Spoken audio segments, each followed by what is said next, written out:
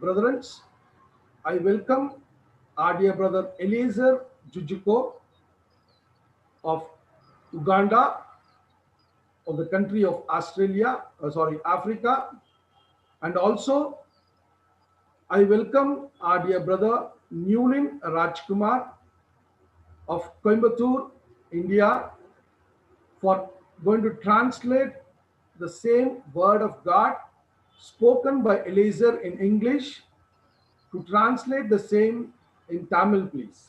So today the topic will be making ourselves ready to union with the Lord of glory.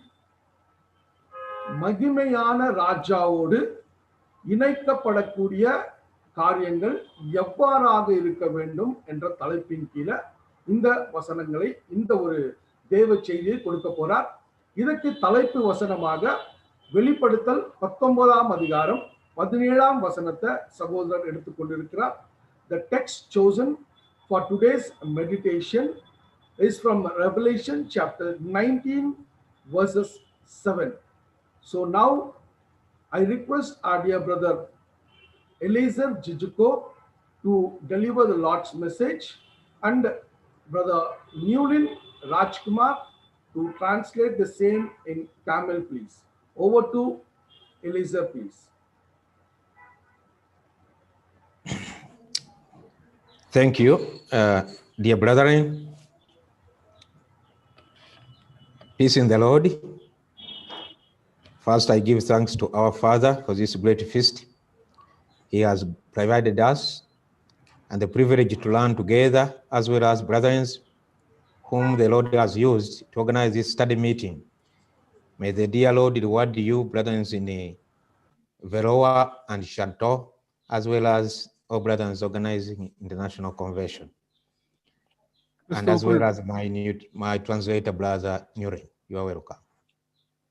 கிறிஸ்துவுக்குள் மிகவும் பிரியமான அன்புக்குரிய சகோதர சகோதரிகளே, உங்கள் அனைவருக்கும் கிறிஸ்து இயேசுவுக்குள்ளான சமாதான வாழ்த்துதல்களை தெரிவித்துக் கொள்கிறோம்.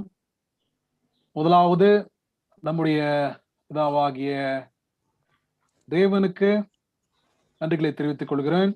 இந்த அருமையான ஒரு மிகப்பெரிய ஆவிக்குரிய விருந்திலே நாம் அனைவரும் பங்கு வருவதற்கு தேவன் கிருபை செய்திருக்கிறார். அனைத்து சகோதரர்கள் கூடவும் சேர்ந்து இந்த ஒரு ஆவிக்குரிய விருந்திலே நானும் பங்கு வருவதற்கு தேவன் கிருபை செய்திருக்கிறார். அதுக்கான நன்றிகளை தெரிவித்துக் கொள்கிறோம். இந்த நேரத்திலும் கூட இந்த அருமையான ஒரு ஆவிக்குரிய ஒரு கூடுகையை ஏற்பாடு செய்திருக்கிற அனைத்து சகோதரர்களுக்கும் தேவன் தாமே கிருபை செய்வாராக. அது மாத்திரமில்லாமல் இந்த ஒரு அறுவடையுடைய வேலையில ஈடுபட்டு கொண்டிருக்கிற தேவனுடைய பிள்ளைகள் அனைவருக்கும் தேவன் தாமே தம்முடைய கிருபையை தருவாராக. Thank you. First of all, I bring much greetings from the Juko family, my family here in Kampala, Uganda, as well as the brothers whom we met in our class, Kampala area Bible students, of which some are with us, joining us, though others somehow busy somewhere else. முதலாவதாக விசேஷமாக Uganda பகுதியிலே கம்பாலா என்கின்ற இடத்துல இருக்கக்கூடிய எங்களுடைய குடும்பத்தார், என்னுடைய மனைவி மற்றும் குழந்தைகள் அனைவரும் தங்களுடைய அன்பையும் வாழ்த்துக்களையும் உங்கள் அனைவருக்கும் தெரிவித்துக் கொள்கிறார்கள்.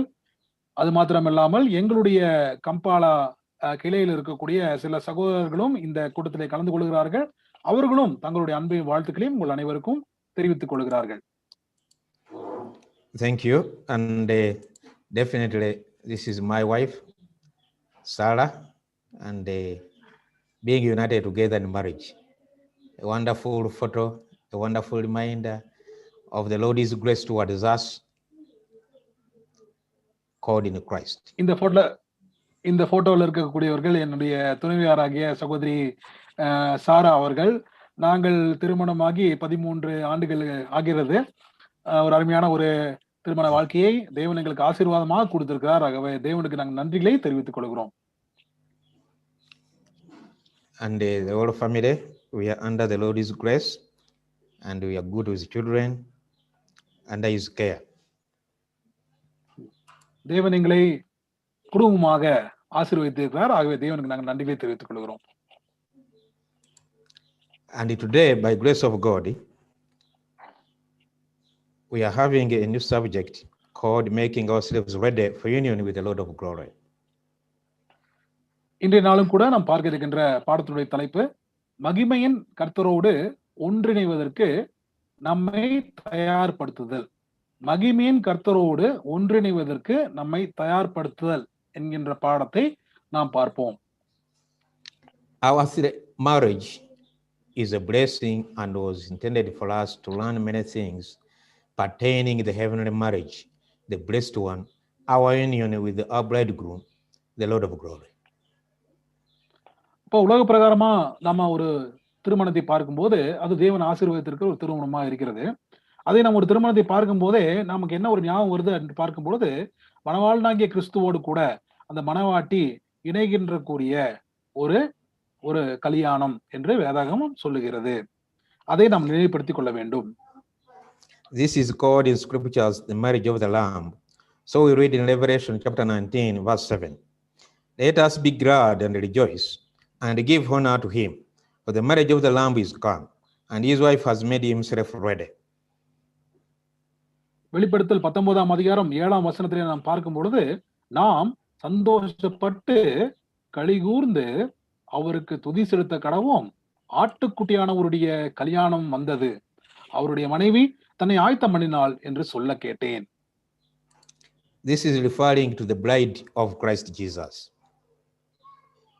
இங்கே சொல்லப்பட்டிருப்பது மணவாளனுடைய மனைவியாகிய சபையை குறிக்கிறது. So we read from Revelation chapter 21 verse 9 to 10. And there came unto me one of the 7 angels which had the 7 vials full of the 7 last plagues, and talked with me, saying, Come hither, I will show you the bride, the Lamb's wife. And he carried me away into the spirit to that great and high mountain, and showed me that great city, the holy Jerusalem, descending out of heaven from God. இதை தொடர்ந்து நாம் வாசிக்கும் பொழுது வெளிப்படுத்தல் 21ஆம் அதிகாரம் 9-10 வசனங்கள்ல நாம் வாசித்தோமையாகில், பின்பு கடைசியான 7 வாதைகளால் நிறைந்த 7 கலசங்களுடைய அந்த 7 தூதரில் ஒருவன் என்னிடத்தில் வந்து, நீ இங்கே வா, ஆட்டுக்குட்டியானவருடைய மனைவியாகிய மணவாட்டியை உனக்கு காண்பிக்கிறேன் என்று சொல்லி பெரிதும் உயரமுமான ஒரு பர்வதத்தின் மேல் என்னை ஆவியில் கொண்டு போய் தேவனுடைய மகிமையை அடைந்த எருசலேமாகிய பரிசுத்த நகரம் பரலோகத்தை விட்டு தேவனிடத்திலிருந்து இறங்கி வருகிறதை எனக்கு காண்பித்தான். That great city is 144,000 members joined or unified with their husband, our heavenly bridegroom, Lord Jesus Christ. இந்த பரிசுத்த நகரம் என்று சொல்லப்படுவது அந்த 1,44,000 பேராகிய சபையை குறிக்கிறது, அதாவது மணவாட்டை குறிக்கிறது. இந்த மணவாட்டி மணவாளனாகிய கிறிஸ்துவோடு கூட இணைகின்ற ஒரு தருணத்தையும் குறிக்கிறது. Now our study is for us getting ourselves ready. So we read from Matthew chapter 25 verse 10. And while they went to bed, the bridegroom came, and they that were ready went in with him to the marriage, and the door was shut. இன்றைய பாடத்துல கூட நம்ம பார்க்கின்ற முக்கிய கருத்து என்ன அப்படின்னு பாத்தீங்கன்னா, அந்த ரெடி அப்படிங்கிற வார்த்தை, அதாவது மணவாட்டி தன்னை ஆயத்தப்படுத்திக் கொள்ளுதல். எவ்வாறு ஆயத்தப்படுத்திக் கொள்றது அப்படிங்கிறது தான் இன்னைக்கு நம்ம பாடத்துல இருக்கக்கூடிய முக்கிய கருத்தா சகோதரர் சொல்றாரு. அதற்கு ஆதாரமாக மத்தேயு 25ஆம் அதிகாரம் 10ஆம் வசனத்துல ஒரு வசனம் நாம் வாசிக்கிறோம். அப்படியே அவர்கள் வாங்கி போன போது மணவாளன் வந்து விட்டார், ஆயத்தமாயிருந்தவர்கள் அவரோட கூட கல்யாண வீட்டுக்குள் பிரவேசித்தார்கள், கதவும் அடைக்கப்பட்டது. Thank you. And they that were ready, that is the most important aspect of our study today. இதுல சொல்லப்பட்டிருக்க அந்த ரெடி அப்படிங்கிற ஒரு வார்த்தை, அதாவது ஆயத்தமாகுதல் அப்படிங்கிறது தான் இன்னைக்கு நம்ம பாடத்தினுடைய மைய கருத்தாக இருக்கிறது. And this instruction of our Lord Jesus to us in Matthew 10:25. இந்த ஒரு அறிவுரையை நம்முடைய இரட்சகராகிய இயேசு கிறிஸ்து ஊமையாக சொல்லும்போது மத்தேயு 25ஆம் அதிகாரம் 10ஆம் வசனத்திலே கூறியிருக்கிறார். He made a serious point that they only that were ready went in with him to the marriage. இயேசு கிறிஸ்து அங்கே குறிப்பாக சொல்லும் போது என்ன சொல்றாரு அப்படின்னு பாத்தீங்கன்னா, ஆயத்தமா இருந்தவர்களை மட்டும்தான் அந்த மணவாளனோடு கூட கல்யாண வீட்டுக்குள் பிரவேசிக்க முடிந்தது. So this calls us to give it special attention, how we make ourselves ready for union with the Lord of glory. அப்போ மகிமையின் கர்த்தரோடு நாம் நம்மை இணைத்துக் கொள்வதற்கு நாம் எவ்வாறு தயார் செய்து கொள்ள வேண்டும், அதாவது மணவாட்டியாக நம்மை எவ்வாறு தயார் செய்து கொள்ள வேண்டும் என்கின்ற ஒரு பாடத்தினுடைய அடிப்படையில தான் இன்னைக்கு நம்ம மற்ற காரியங்களை பார்க்க போகிறோம். Now we consider the marriage of the Lamb. இப்பொழுது நாம் ஆட்டுக்குட்டியானுடைய திருமணத்தை பற்றி முழுவதுமாக பார்க்கலாம். The unifying and full glorification of the entire body of Christ with the head, as we read in Psalms 45 verse 13 to 14. அப்போ இந்த ஆட்டுக்குட்டியானுடைய திருமணம் அப்படிங்கிற ஒரு பாயிண்ட்ல முதலாவது பாயிண்ட் என்ன சொல்ல வரான்னு பார்க்கும்போது, இந்த மகிமை அடைந்த கிறிஸ்து என்கின்ற தலையுடனே கூட இந்த சரீரமாகிய சபையும் முழுவதுமாக மகிமை அடைந்து அந்த ஒரு ஒருமைப்பாட்டுக்குள், அந்த ஒருங்கிணைப்பிற்குள் வருகின்ற ஒரு நிலைமை இங்கே கூறுகிறார். அது சங்கீதம் 45, 13, 14 வசனங்கள்ல நாம் வாசிக்கலாம். The second Adam and the second Eve become one. இரண்டாம் ஆதாமாகிய இயேசு கிறிஸ்துவும் இரண்டாம் ஏவாளாகிய மணவாட்டியும் ஒரே சரீரமாகிறார்கள். Then the glorious work of restitution begins, as we read in Revelation 22:17.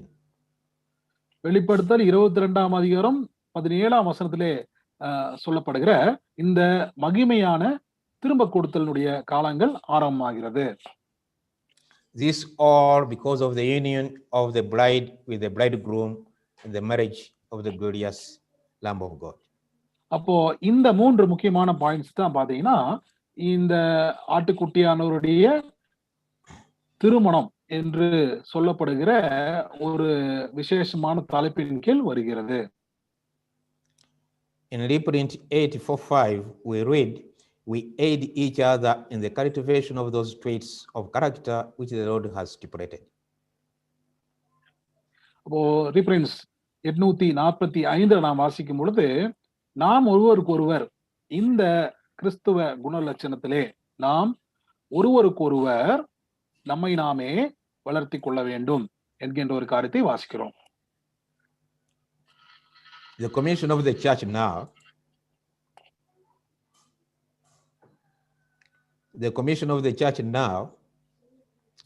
the church was not commissioned to conquer the world and ruin us and for Christ during this time. Her commission was to make herself ready. Reprint 4799, as definitely we see our work in Jude chapter 1 verse 20.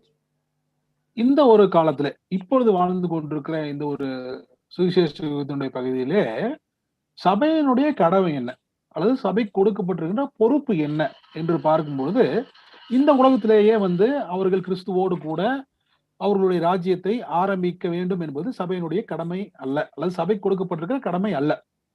இந்த உலகத்திலேயே அல்லது சுவிசேஷ யுக காலத்திலேயே சபை கொடுக்கப்பட்டிருக்கிற மிக பிரதானமான கடமை என்னவென்றால், தங்களை தாங்களே மணவாடியாக தயார் செய்து கொள்ள வேண்டும். இதுதான் சபை கொடுக்கப்பட்டிருக்க பிரதான கடமையாக இருக்கிறது. ரீப்ரின்ஸ் 4799 அதை வாசிக்கிறோம். இதனுடைய மைய கருத்தினுடைய வசனம் மேக் ஹர் செல்ஃப் ரெடி, அதாவது தன்னை தயார்படுத்திக் கொள்ளுதல் என்று பார்க்கிறோம். யூதா 1:20 வாசிக்கலாம். Amen. So the putting on of her adornment. முதலாவதாக எப்படி அவங்க தயார்படுத்திக் கொள்றாங்க அப்படின்னு பார்க்கும்போது, முழுவதுமாக தங்களை அலங்கரித்துக் கொள்ளுகிறார்கள். அதாவது ஆபரணங்கள் முழுவதுமாக அணிந்து கொண்டு தங்களை தயார்படுத்திக் கொள்கிறார்கள், அலங்கரித்துக் கொள்கிறார்கள். முதலாவது point. The embroidering of her robes, Psalms 45:13-14. சங்கீதம் 45, 13, 14 வசனங்களை சொல்லியிருக்கிற பிரகாரமாக சித்திர தையலாடை தரித்தவளாய் அங்க அந்த மணவாட்டி தன்னை தயார்படுத்திக் கொள்கிறார்கள் என்று பார்க்கிறோம். அப்ப அவங்க என்ன பண்றாங்க அப்படின்னு பார்க்கும்போது, தங்களுடைய உடையில அந்த சித்திரை வேலைப்பாடுகள் முழுவதுமாக அவர்கள் செய்து கொள்ளுகிறார்கள். The arrangement of her jewelry presented to her through the Spirit, as we have these graces in 2 Peter chapter 1 verse 5-11. அடுத்ததாக 2 பேதுரு 1ஆம் அதிகாரம் 5-8 வசனங்கள்ல சொல்லி இருக்கிற பிரகாரமாக இப்படி இருக்க நீங்கள் அதிக ஜாக்கிரதை உள்ளவர்களாய் உங்கள் விசுவாசத்தோட தைரியத்தையும், தைரியத்தோட ஞானத்தையும், ஞானத்தோட இச்சையடக்கத்தையும், இச்சையடக்கத்தோட பொறுமையையும், பொறுமையோட தேவபக்தியையும், தேவபக்தியோட சகோதர சிநேகத்தையும், சகோதர சிநேகத்தோட அன்பையும் கூட்டி வழங்குங்கள் என்று சொல்லப்பட்டிருக்கிற இந்த ஒவ்வொரு அந்த ஒரு குணலட்சணமும் ஒரு ஆபரணமாக, ஆவிக்குரிய ஆபரணமாக தன்னை அலங்கரித்துக் கொள்கிறாள். All this work was left to us to do for ourselves, as we read in Reprint 2:20.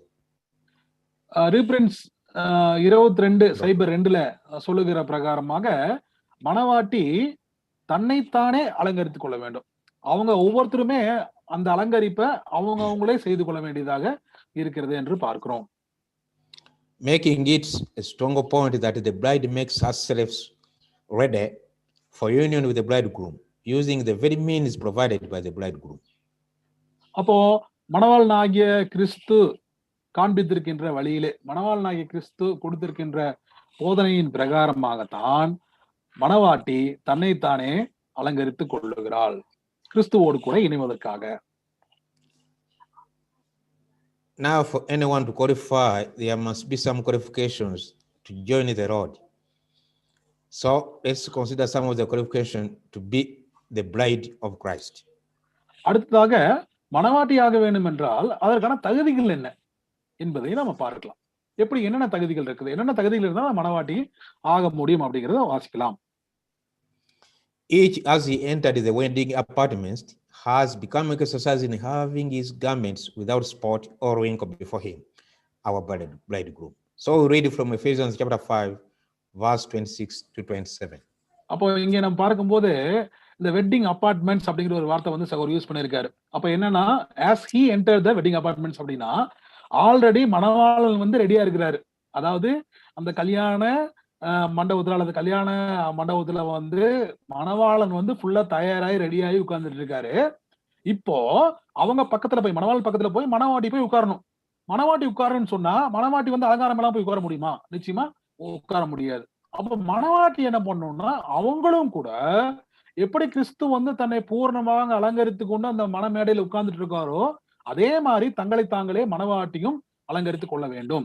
எப்படி அலங்கரித்துக் கொள்வது என்பதை பத்தி தான் எபேசியர் 5:26, 26, 27 வசனங்கள்ல சொல்லும் பொழுது, நாம் தாம் அதை திருவசனத்தை கொண்டு தண்ணீர் முழுக்கினால் சுத்திகரித்து பரிசுத்தமாக்குறதற்கும் கரை திரை முதலானவைகள் ஒன்றும் இல்லாமல் பரிசுத்தமும் பிழையற்றதுமான மகிமையுள்ள சபையாக அதை தமக்கு முன் நிறுத்திக் கொள்வதற்கும் தம்மைத்தாமே அதற்காக ஒப்பு கொடுத்தார்.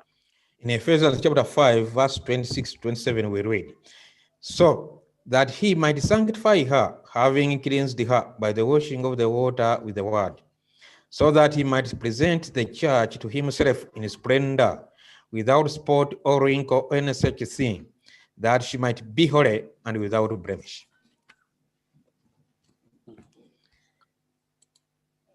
So they must keep their garments unspotted from the world, as we read in James 1:27. அப்போ இதுல ரெண்டு முக்கியமான பாயிண்ட்ஸ் வந்து சகோதரர் குறிப்பிடுறாரு. என்ன அப்படின்னு பாத்தீங்கன்னா, மேற்படி நம்ம வசனத்துல பார்த்த பிரகாரமா சபை வந்து பரிசுத்தமாகிறதுக்கு இயேசு கிறிஸ்து என்ன பண்ணிட்டாரு பாத்தீங்கன்னா, முதல்ல தம்மைத்தாமே தேவனுக்கு முன்பாக பரிசுத்தமாக ஒப்பு கொடுத்து அந்த ஒரு ஆசீர்வாதத்தை சபைக்கு ஏற்கனவே அவர் கொடுத்துட்டாரு. இப்ப சபை என்ன பண்ணணும், இயேசு கிறிஸ்துவை ஃபாலோ பண்ணி அவங்களும் தன்னை பரிசுத்தப்படுத்திக் கொள்ள வேண்டும். எப்படி பரிசுத்தப்படுத்திக் கொள்றது அப்படின்னு பார்க்கும்போது ஃபர்ஸ்ட் பாயிண்ட்ல என்ன சொல்றாங்க பாத்தீங்கன்னா, சபை வந்து தங்களுக்கு கொடுக்கப்பட்டிருக்கிற இந்த நீதியின் வஸ்திரத்தை இந்த உலகத்தோடு கூட கரைப்படுத்தி கொள்ளாமல், இந்த அன்ஸ்பாட்டட் அப்படின்னு ஒரு வார்த்தை யூஸ் பண்றாரு, கரை திரை இல்லாமல் தங்களுடைய நீதியின் வஸ்திரத்தை பரிசுத்தமாக வைத்துக் கொள்ள வேண்டும் அப்படின்னு சொல்றாரு. யாக்கோபு 1:27 நான் வாசிச்சுக்கலாம். அதுல பாத்தீங்கன்னா, தேவனுக்கு முன்பாக மாசில்லாத சுத்தமான பக்தி அப்படின்னு சொல்றாரு. அப்ப தேவனுக்கு முன்பாக கரை திரை இல்லாமல் மாசு இல்லாதவர்களாக தங்களை இருக்க வேண்டும், காண்பிக்க வேண்டும். அது முதலாவது point. Must embroider them with fine needlework. ரெண்டாவது பார்க்கும்போது எப்படி நம்ம சங்கீதம் 45 வாசிச்ச மாதிரி அவங்க தன்னுடைய ஆடையை அவங்க என்ன பண்ணணும், அந்த சித்திர தையலாடை எல்லாத்தையுமே அவங்களே என்ன பண்ணணும், ஊசி வச்சு அந்த ஆடையை அவங்க டிசைன் பண்ணும். அப்படியே என்ன அர்த்தம்னு பாத்தீங்கன்னா, கிறிஸ்துவனுடைய குணலட்சணங்கள் எல்லாவற்றையுமே கூட அவங்க தங்களை தாங்களே அவங்க அந்த குணலட்சணங்களை எடுத்து அவங்க எம்ப்ராய்டு பண்ணி, அதாவது அந்த கை வேலையான அந்த வேலையை செஞ்சு அவங்க அந்த குணலட்சணங்கள் எல்லாவற்றையும் தாங்களே அணிந்து கொள்ள வேண்டும். Now, the door will close because the full number elected will have attained the necessary character likeness to Christ and will have stood the necessary testings, as we read in reprint 4:693. தொடர்ந்து இந்த மனவாட்டி ஆவதற்கான அந்த தகுதிகளை குறித்து நாம் பார்த்து கொண்டிருக்கிறோம். அதுல முக்கியமான ஒரு வார்த்தையை சொல்றாரு சகோதரர். ரீப்ரின்ஸ் 46:93 அவர் சொல்லும் பொழுது, இன்ன வரைக்கும் ஏன் அந்த கதவு வந்து அடைபடாம இருக்குது அப்படின்னு ஒரு கேள்வி நம்ம கேட்டோம்னா அதுக்கான பதில் தான் அவர் சொல்றாரு. என்ன அப்படின்னு பார்க்கும்போது, இந்த கதவை எப்ப அடைபடும் அப்படின்னு இன்னொரு கேள்வி நம்ம கேட்டோம்னா அதுக்கு என்ன பதில் அப்படின்னு பார்க்கும்போது, அதாவது இந்த அழைக்கப்பட்டு தெரிந்து கொள்ளப்பட்டிருக்கிற இந்த சபையினுடைய எண்ணிக்கை எப்பொழுது பூர்த்தி ஆகுதோ, அப்ப எப்ப பூர்த்தி ஆகும் அப்படின்னா, இந்த எண்ணிக்கை உள்ள சகோதர சகோதரிகள் அவர்கள் தாங்கள் கிறிஸ்துவை போன்ற ஒரு குணலட்சணத்தை அவர்கள் பெற்றுக்கொள்ளும் போது, அதாவது எப்ப பெற்றுக்கொள்வாங்க அப்படின்னு பாத்தீங்கன்னா, அவங்க தங்களுக்கு கொடுக்கப்பட்டிருக்கிற எல்லா விதமான சோதனைகள்லையும் அவங்க வெற்றி சிறந்து தேவனுக்கு முன்பாக தங்களை பரிசுத்தமாக ஆக்கி காண்பிக்கும் பொழுது அவர்கள் கிறிஸ்துவனுடைய குணலட்சத்தை பெற்றுக்கொள்வார்கள். அப்ப கிறிஸ்துவனுடைய குணலட்சத்தை முழுவதுமாக கம்ப்ளீட்டா அவங்க கிடைச்சதுக்கு அப்புறம் என்னான்னு பாத்தீங்கன்னா, அந்த எண்ணிக்கை பூர்த்தி ஆயிரும். எண்ணிக்கை பூர்த்தி ஆனதுக்கு அப்புறம் அது அடைபட்டுன்னு பாக்குறோம். Yes, that's what the master referred to in Matthew 25:10, that the door will close when he has got his right number and the rest will be left, 144,000. அப்போ மத்தேயு 25:10 ஆண்டவராக இயேசு கிறிஸ்து சொல்ற மாதிரி கதவு அடைக்கப்பட்டதுன்னு சொல்லும் பொழுது, எப்போ கதவு அடைக்கப்படும்? அந்த 1,44,000 பேர் என்கின்ற இந்த மனவாட்டியாகிய சபையினுடைய எண்ணிக்கை எப்பொழுது பூர்த்தி ஆகுதோ அப்போ கதவு அடைக்கப்படும். When that time comes, there will be a corresponding separation of truth by the nominal church, the image of the beast. Reprint 35:32. அப்போ ரீப்ரின்ஸ் 35:32 சொல்லுகிற பிரகாரமாக இந்த மாதிரி இந்த கதவு அடைக்கப்படுகின்ற அந்த சந்தர்ப்பத்தை நோக்கி இந்த ஒரு நேரத்தை நோக்கி சபையானது போய்கொண்டிருக்குது. இந்த மாதிரி போய்கின்ற ஒரு சமயத்துல, அந்த அடைபடக்கூடிய ஒரு சமயத்துல பார்த்தீங்கன்னா, இந்த சத்தியத்தினுடைய நிமித்தமாக அநேக சோதனைகள் அல்லது அநேக பாடுகள் துன்பங்கள் இந்த மிருகத்தினுடைய சொரூபத்தின் மூலமாக சபைக்கு வரக்கூடியதாக இருக்கிறது என்கிறதை பார்க்கிறோம். Therefore, before the door closes, ஆகவே இந்த கதவு அடைவதற்கு முன்பாக we must make ourselves ready for union with the Lord of glory. கதவு அடைவதற்கு முன்பாக நாம் நம்மை நாமே தயார் செய்து கொள்ள வேண்டும். This is the time we should work when the door is still open, not closed. அப்போ கதவு ஓபன் ஆயிருக்கும் போதே நம்மளை நாமளே ரெடி பண்ணிக்கொள்ள வேண்டும். Making ourselves ready. Point number 1. This is a going in. This is a going in to a condition rather than a place. Important in withdrawing from the world and coming into at condition of special preparation for the marriage. இதை நம்ம தயார் பண்ணிக்கொள்வது என்று பார்க்கும் பொழுது, இது ஒரு ஒரு ஒரு பகுதியிலிருந்து இன்னொரு பகுதிக்கு போவதை பற்றி அங்க பேசவில்லை. இங்க என்ன சொல்றாருன்னு பாத்தீங்கன்னா, ஒரு நிலையிலிருந்து இன்னொரு நிலைக்கு மாறுவதை குறித்து பேசுகிறார். அதாவது மாம்சத்துக்குரிய நிலைமையிலிருந்து ஆவிக்குரிய நிலைமைக்கு மாறுகிறதை பேசுகிறார். அப்போ இப்படி ஒரு மாற்றம் அல்லது ஒரு டிரான்சிஷன் வேணும் அப்படின்னு சொன்னா, முதலாவது என்ன பண்ணணும் அப்படின்னு பார்க்கும்போது, அதாவது இந்த பிரபஞ்சத்திற்கு ஒத்த வேஷம் தரிக்க கூடாது, உலகத்திலிருந்து நம்ம வெளியே இருக்க வேண்டும் ஒன்று. அடுத்தது பாத்தீங்கன்னா, இந்த மாதிரி ஒரு விசேஷமாக ஆசீர்வதிக்கப்பட்டிருக்கிற ஒரு திருமணம் அப்படிங்கிறத, ஒரு கல்யாணம் அப்படிங்கிறத நம்ம நினைவில் கொள்ள வேண்டும். Withdrawing from the world and mining spiritual things for our preparation for the marriage. அப்போ உலகத்திலிருந்து நம்ம வெளியில வரோம் அப்படின்னு சொல்லும்போது என்ன பாத்தீங்கன்னா, நம்மளுடைய நோக்கம் முழுவதுமாக ஆவிக்குரியதாக இருக்க வேண்டும். அப்ப ஆவிக்குரியதான நோக்கமாக நாம் இருக்கும் பொழுது நம்மை நாமே அந்த மேரேஜ்க்காக, அந்த கல்யாணத்துக்காக நாம் தயார்படுத்திக் கொண்டிருக்கிறோம். Though frequently upbraided with the suggestion that they are selfish because they do not join with others in the various political, financial, social, and moral reforms of this world. Reprint 24:15. அப்போ இந்த நேரத்திலும் கூட நம்ம 2 தீமோத்தேயு 2:4 வாசிக்கும் பொழுது, தன்னில் சேவகம் பண்ணுகிற எவனும் தன்னை சேவகம் எழுதி கொண்டவனுக்கு ஏற்றவனாய் இருக்கும்படிக்கு பிழைப்புக்கு அடுத்த அலுவல்களில் சிக்கிக் கொள்ள மாட்டான். 2 தீமோத்தேயு 2:4 வாசிக்கிறோம். இதை கூட ரீஃபரன்ஸ் 24:15 சகோதரர் அவங்க சொல்றாங்க. அப்போ இதுல பார்த்தீங்கன்னா இந்த மாதிரி ஒரு ஸ்பெஷல் பர்பஸ்க்காக தங்களை ஆயத்தப்படுத்திக் கொள்கிறவர்கள் யாருமே என்ன பண்ணிக்க மாட்டாங்க அப்படின்னு பார்க்கும்போது, உலக பிரகாரமான அரசியல், சமூகம், பொருளாதாரம் மற்றும் இந்த உலக பிரகாரமான சீர்திருத்தங்களுக்கு எல்லாம் தங்களை தலையிட்டுக் கொள்ள மாட்டார்கள் பார்க்கிறோம். ஏன்னா இவங்க நோக்கம் எல்லாமே எப்படி இருக்குன்னு பார்க்கும்போது கிறிஸ்துவோடு கூட அந்த மனவாட்டியாக வேணும் அப்படின்னு தான் நோக்கமா இருக்கும். The key point here is we do not participate or join the various political, social, financial, elections, whatsoever moral reforms of this world, because we have an affair and the kingdom to attend to. அப்போ உலக பிரகாரமாக நடக்கக்கூடிய எந்த விதமான மேற்சொன்ன காரியங்கள்ல மனைவாட்டியாக அழைக்கப்பட்டிருக்கிற சபையினுடைய மக்கள் அவங்க தங்களை ஈடுபடுத்திக் கொள்ள மாட்டார்கள். ஏனென்றால் அவங்க தங்களுடைய மனவாளனுக்காக தங்களை சேவகம் எழுதி கொண்டார்கள். Number 3, when we read in 2 Corinthians chapter 7 verse 1, Apostle Paul advises us, having therefore these promises, dear beloved, let us cleanse ourselves from all filthiness of the flesh and the spirit, perfecting holiness in the fear of God. 2 கொரிந்தியர் 7:1 அப்போஸ்தலனாகிய பவுல் சொல்லும் பொழுது, இப்படிப்பட்ட வாக்குத்தத்தங்கள் நமக்கு உண்டாயிருக்கிறபடியினால் பிரியமானவர்களே, மாம்சத்திலும் ஆவியிலும் உண்டான எல்லா அசுசியும் நீக்க, அதான் சகோதரர் சொல்றாரு, ஆல் ஃபில்தினஸ், எல்லா அசுசியும் நீக்க நம்மை சுத்திகரித்துக் கொண்டு பரிசுத்தமாக்குதலை தேவபக்தியோட பூரணப்படுத்த கடவுள்னு சொல்றாரு. அப்ப இங்க 2 பாயிண்ட் அங்க மென்ஷன் பண்றாரு. ஒண்ணு மாம்சம் சொல்லும் போது நம்முடைய பழைய மனிதன், அப்புறம் அங்க ஸ்பிரிட் ஆவின்னு சொல்லும் போது நம்முடைய சத்தியத்தை எங்க சொல்றாரு. The job you have, you and me, is perfecting holiness in the fear of God. Remember Apostle John, epistle number 1, chapter 3, verse 2 to 3. அப்போ 1 யோவான் 3:2 நான் வாசிக்கும் பொழுது, பிரியமானவர்களே, இப்பொழுது தேவனுடைய பிள்ளைகளா இருக்கிறோம், இனி எவ்விதமா இருப்போம் என்று இன்னும் வெளிப்படவில்லை. ஆகிலும் அவர் வெளிப்படும் போது அவர் இருக்கிற வண்ணமாகவே அவரை தரிசிப்பதினாலே அவருக்கு ஒப்பாய் இருப்போம் என்று அறிந்திருக்கிறோம்.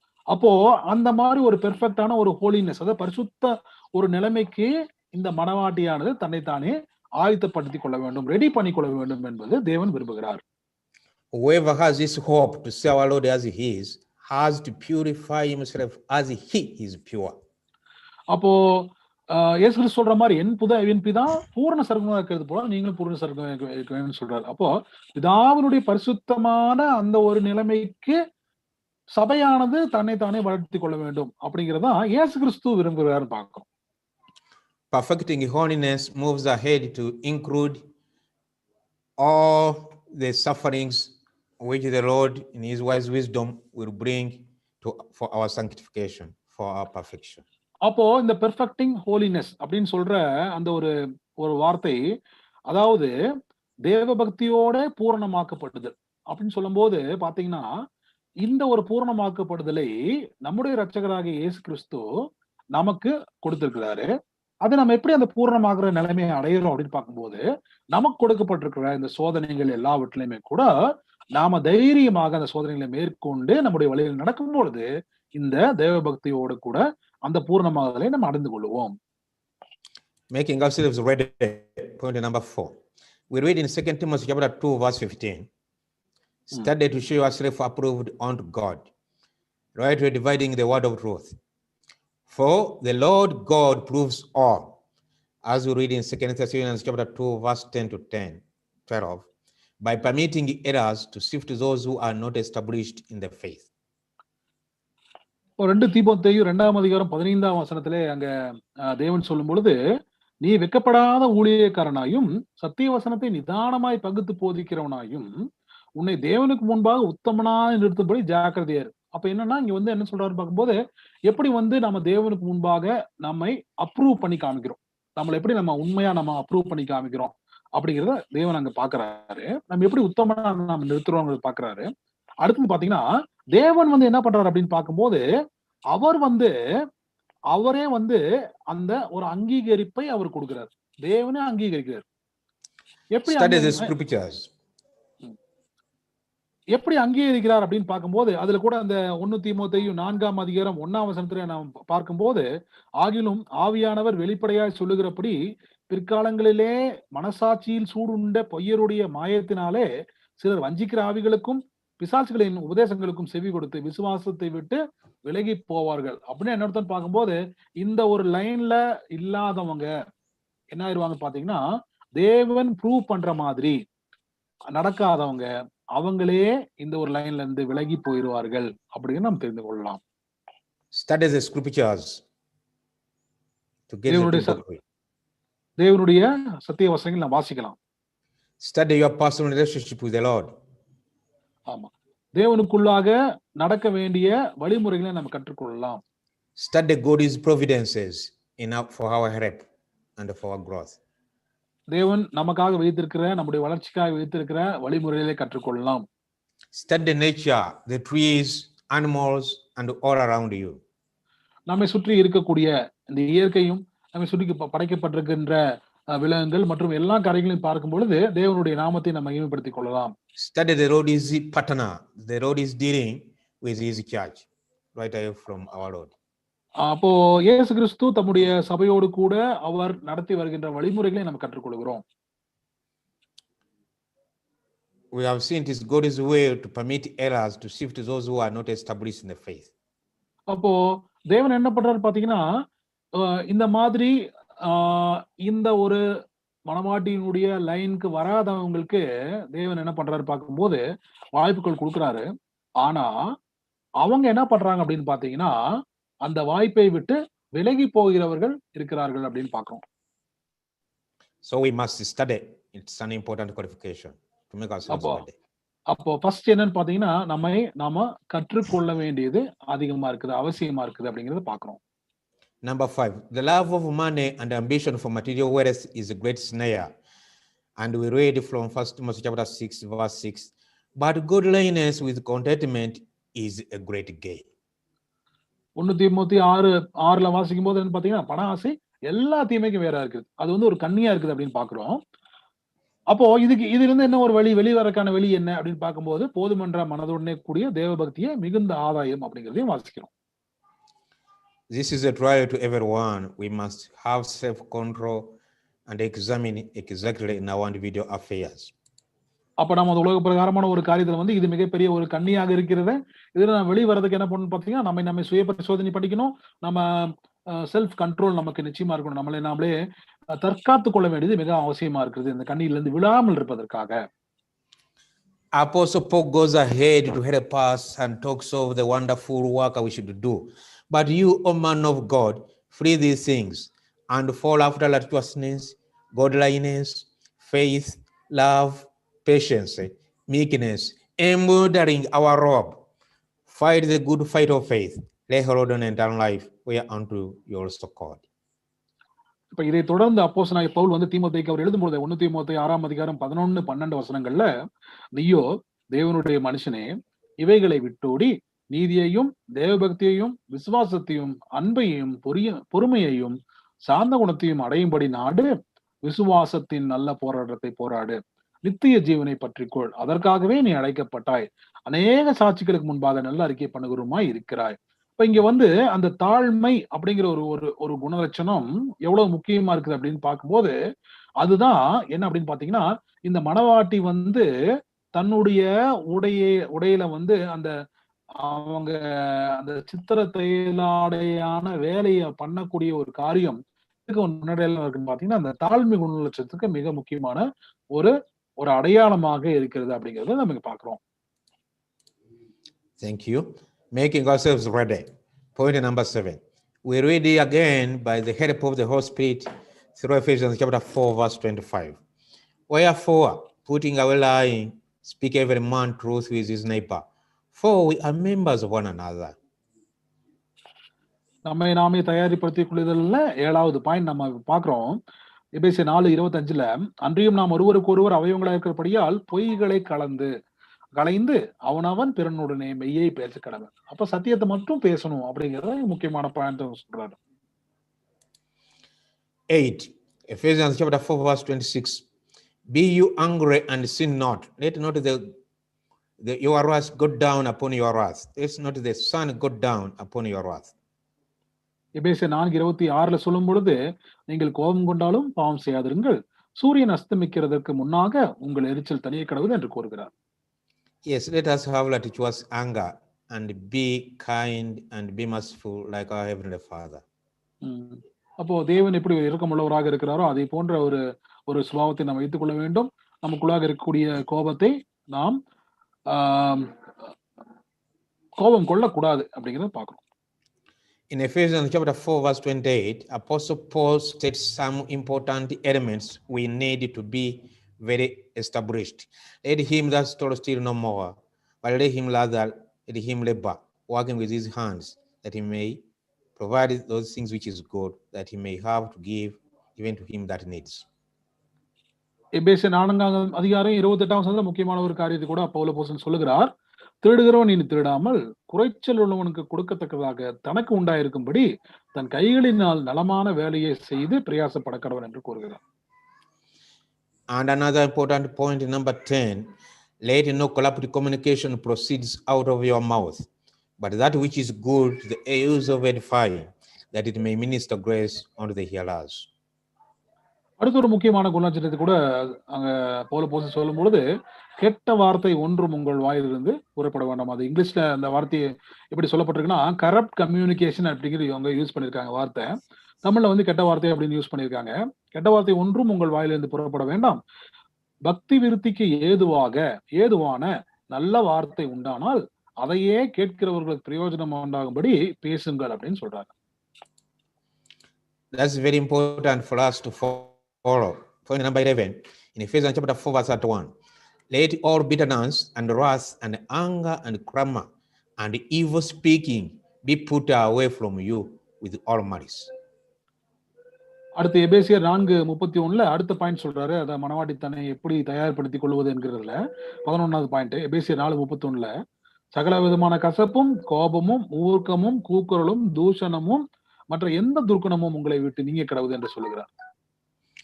With such works there is no place to be a member of the bride of the glorious Lord. அப்போ ஒருவேளை இந்த மேற்சொன்ன இந்த குணலட்சணங்கள்ல, அதாவது தேவன் விரோதிக்கின்ற குணலட்சணங்கள்ல நம்ம பழகி கொண்டிருப்போமையாக, அந்த குணலட்சணங்களை நாம் வைத்துக் கொண்டிருப்போமையாக, நம்ம இந்த ஒரு மனவாட்டியாக அந்த தகுதிக்குள்ளார நாம போக முடியாது என்று பார்க்கிறோம். And in Ephesians chapter 4 verse 32, and be you kind one to another, tender-hearted, forgiving one another, even as God for Christ's sake has given you. அப்ப மேல சொன்ன வசனங்கள்லாம் பாத்தீங்கன்னா எப்படி இருக்க கூடாதுங்கிறது சொல்லியிருக்காரு. எப்படி இருக்கணுங்கிறது 4:32 எபேசியர் 4:32 சொல்றாரு. ஒருவருக்கொருவர் தயவாயும் மன உருக்கமாயும் இருந்து கிறிஸ்துவுக்குள் தேவன் உங்களுக்கு மன்னித்தது போல நீங்களும் ஒருவருக்கொருவர் மன்னியுங்கள் என்று சொல்லுகிறார். This introduces us to have a full heart of sympathy, compassionate, loving, generous, like a God. அப்போ தேவன் இரக்கமுள்ளவராகவும் கிருபையுள்ளவராக இருக்கிறது போல இந்த சபையாக அழைக்கப்பட்டிருக்கிற தேவனுடைய பிள்ளைகள் ஒவ்வொருவரும் அந்த ஒரு குணநட்சத்திரத்தை வளர வேண்டும். Compassionate is a grace, like we see here being told us, tender-hearted, considering one another, for love, for mutual helpfulness. அப்போ இரக்கமுள்ள மன உள்ளவர்களாக நாம் ஒருவருக்கொருவர் அன்பு கூர்ந்து நாம் ஒருவருக்கொருவர் மன்னித்து தேவன் எப்படி அந்த ஒரு கிருபையை நம்ம எல்லாரும் காமிச்சிருக்காரோ அதே ஒரு இரக்கத்தையும் ஒரு பரிவையும் ஒரு கருணையும் நம் சகோதர மத்தியில் நாம் காண்பிக்க வேண்டியவர்களாக இருக்கிறோம். And in Hebrews chapter 12 verse 16, Apostle Paul states another important matter. Lest there be any fornicator or profane person, that is a wicked person, as Esau, who for one month of meat sold his birthright. அப்போ எபிரேயர் 12:16 அங்கே நாம் பார்க்கும் பொழுது, ஒருவனும் வேசிக்கள்ளனாகவும் ஒரு வேளை போஜனத்துக்காக தன் சேஷ்ட புத்திர பாகத்தை விற்று போட்ட ஏசாவை போல சீர்கெட்டவனாகவும் இராதபடிக்கும் எச்சரிக்கையாருங்கள் என்று சொல்லுகிறார். Let us prize our heavenly inheritance. நாம் நம்முடைய குடியிருப்பை நாம் பரலோகத்திலே வைத்திருக்கிறோம். And we do not substitute it with the earthly blessings. We do not change it for earthly advantages. ஏசாவை போல இந்த உலக பிரகாரமான ஒரு காரியங்களுக்காக நாம பாடுபட்டு அந்த மேலான ஆசீர்வாதத்தை இழந்து போனவர்களாக நாம் இருக்கக்கூடாது. And in Hebrews chapter 10 verse 24, let us consider one another to provoke unto love and to good works. அங்கே எபிரேயர் 10:24 சொல்லும் பொழுது, மேலும் அன்புக்கும் நற்கிரியைகளுக்கும் நாம் ஏவப்படும்படி ஒருவரையொருவர் கவனித்து. Point number 15, in Hebrews chapter 10 verse 25, we read the apostle speaking and giving us his church, the church of God, wonderful advice, not forsaking the assembling of ourselves together, whether conversion, whether class studies, any study for our mutual benefit, as the manner of some is, by exhorting one another, and so much the more as we see the day approaching. எபிரேயர் 10:25 சொல்லுகின்ற பிரகாரமாக சபை கூடி வருதலை சிலர் விட்டு விடுகிறது போல நாமும் விட்டுவிடாமல் ஒருவருக்கு ஒருவர் புத்தி சொல்ல கடவோம். நாளானது சமீபித்து வருகிறதை எவ்வளவாய் பார்க்கிறீர்களோ அவ்வளவாய் புத்தி சொல்ல வேண்டும். And the trial of comparison, attempting to judge the Lord's providence, wisdom is sin. It's called unfaithfulness. In 1 Corinthians chapter 10 verse 10 is called murmuring. அப்போ நாம தேவனுடைய ஒரு கிருபையை, தேவனுடைய ஞானத்தை நம்ம நியாயம் இருக்க கூடாது, அல்லது நம்ம தேவனுடைய ஞானத்தை நம்ம மதிப்பிட கூடாது. அப்படி ஒருவேளை நம்ம தேவனுடைய ஞானத்தையும் தேவனுடைய செய்கையை நம்ம மதிப்பிடுகிறவர்களாக இருந்தோமையாக அது ஒரு பாவமாக, அது ஒரு அவிசுவாசத்தை குறிக்கிறதாக இருக்கும்னு பார்க்கிறோம். அதான் 1 கொரிந்தியர் 10:10 அங்க சொல்லும் பொழுது,